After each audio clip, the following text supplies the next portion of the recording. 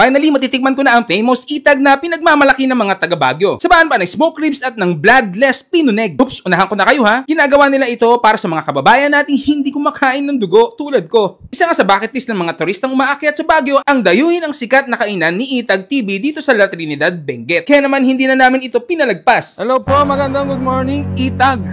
Welcome. Number 1 na sikat dito sa Baguio. Andito yung number 2 eh. Oy, welcome. Idol Kiwik Mukbang. Ayan. Alias Bitag po. Ako po si Bitag. Boss, ano po yung mga niluluto natin dyan? Eto makikita nyo mga kanyan, smoke ribs. Ribs. May mga sausages dito. Ito yung bloodless pinuneg natin. Siyempre, especially made para sa mga kapatid natin sa iglesia. Di sila kumakain ng may dugo, kaya eto para sa kanila. Yun. Magano po katagal yan bago maluto sa smoke?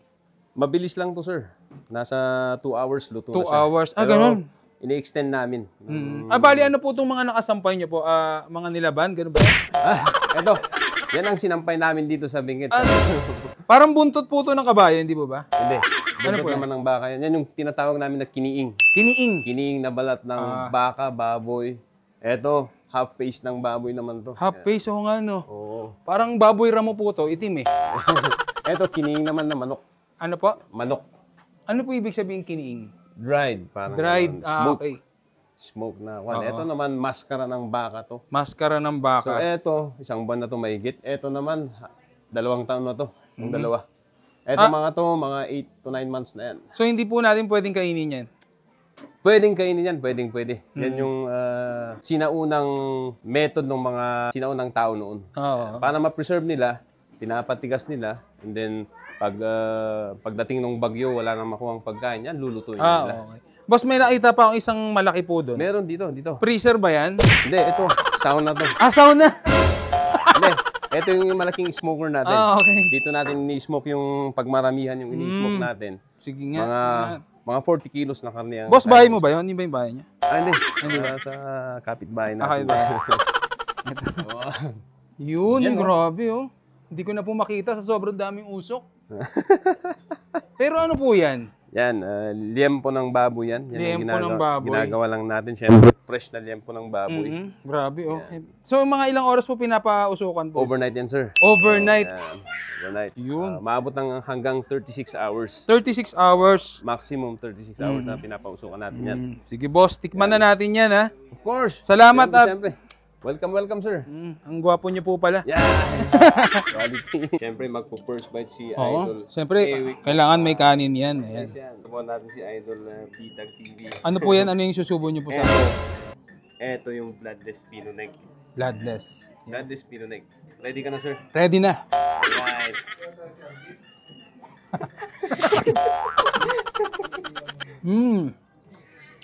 Sarap talaga. Parang Hungarian na taga Cordillera ng lasa.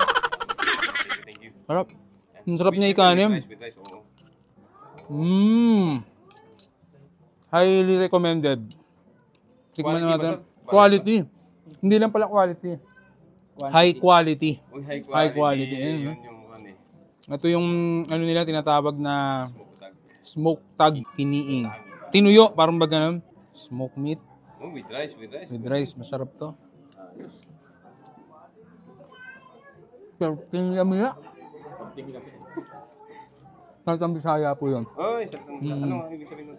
Sobrang sarap. Oo, sobrang sarap. Galing kay sir yun, ha?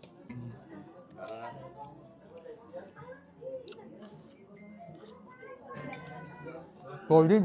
Nagpapawisan, wala pang pawisan. Ano to? Iti-take out ko po to lahat. At patitikman po natin to sa asawa namin. Yan. Enjoy, sige. Pero syempre, bago natin pagpatuloy ng gusto ang ating kainan, huwag natin kalimutan mag-rice coffee, kapeng gawa sa bigas, low in calorie, decaffeinated at pwede sa singa. Maganda siya sa ina-acid kasi nga may moringa siya. May antioxidant, maganda superfood yan. Lowers blood sugar, ayan. Saan ka pa? Kompleto. Quality, you know. Subukan nyo to. Follow nyo rin po si Itag TV. Yan. Thank you mga kasakmol. Yan. Sa lahat ng kanyang social media platform. Sa pa nga bro. Thank you. The best. Uy. Eh, mas masarap to pag may ganyan. Sarap. Sa pang last one bite.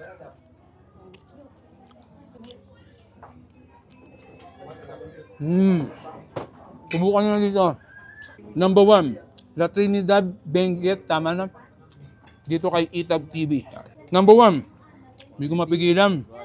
Quality. Stickman na din natin yung kanilang smoke ribs. Ayan. Laki oh. Ayan.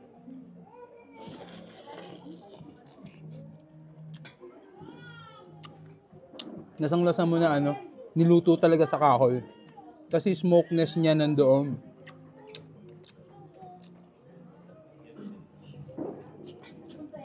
Ang masarap dito, lasang-lasa mo yung mismong karne kasi wala siyang kahit anong pampalasa.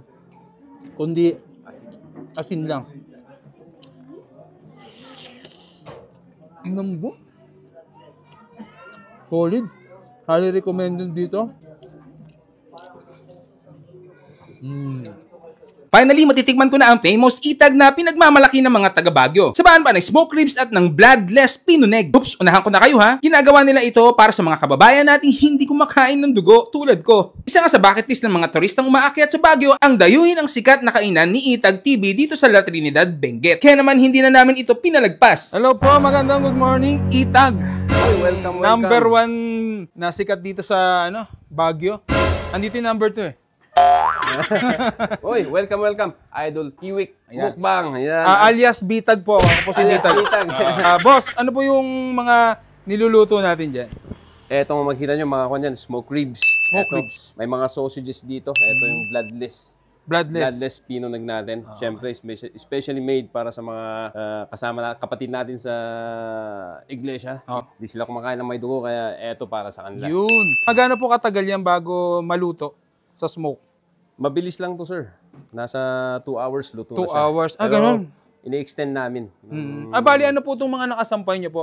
Mga nilaban? Ganun ba? Eto. Yan ang sinampay namin dito sa Benguet. Parang buntot po ito ng kabayan, di ba ba? Hindi. Buntot naman ng baka yan. Yan yung tinatawag namin na kiniing. Kiniing? Kiniing na balat ng baka, baboy. Eto, half face ng baboy naman to. Half face, oo nga no. Oo. Parang baboy ramo po ito, itim eh. Eto, kiniing naman na manok. Ano po? Manok. Ano po ibig sabihin kiniing? Dried. Parang dried, smoke. okay. Smoke na one. Ito naman, maskara ng baka to. Maskara ng baka. So, eto, 1 buwan na to mahigit. Eto naman, 2 taon na to. Yung dalawa. Eto mga to, mga 8 to 9 months na yan. So, hindi po natin pwedeng kainin yan? Pwedeng kainin yan, pwede. Yan yung sinaunang method ng mga sinaunang tao noon. Para ma-preserve nila, pinapatigas nila, and then pagdating ng bagyo, wala nang makuhang pagkain yan, lulutuin nila. Okay. Boss, may nakita pa akong isang malaki po doon. Meron dito. Freezer ba yan? Hindi, ito, sauna to. Sauna? Hindi, ito yung malaking smoker natin. Okay. Dito natin ini-smoke yung pagmaramihan yung ini-smoke natin. Sige nga. Mga 40 kilos na karne. Boss, bahay mo ba yun? Hindi ba yung bahay niya? Hindi. Sa kapitbahay natin. Yun, grabe oh. Hindi ko na po makita sa sobrang daming usok. Pero ano po yan? Yan, liempo ng baboy yan. Yan liempo ng baboy. Ginagawa lang natin. Siyempre, fresh na liempo ng baboy. Grabe oh. Yeah. So, mga ilang oras po pinapausukan po? Overnight yan, sir. Overnight? Overnight. Yun. Maabot ng hanggang 36 hours. 36 hours? Maximum 36 hours na pinapausukan natin yan. Sige boss, tikman na natin yan ha.